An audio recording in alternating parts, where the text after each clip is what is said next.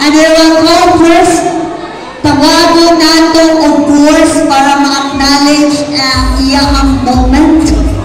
Ang ato ang ginang ng barangay 2025.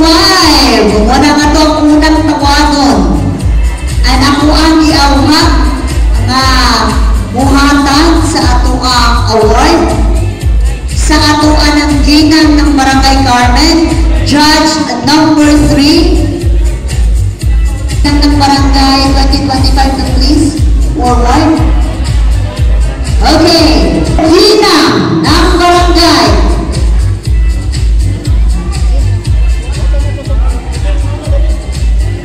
And of course, the first runner-up brother will receive also cash, sash, bouquet, and crown. So the second runner-up, may I request Honorable Estado Tungadas, new ginang ng Barangay Carmen 2025, representing Puro.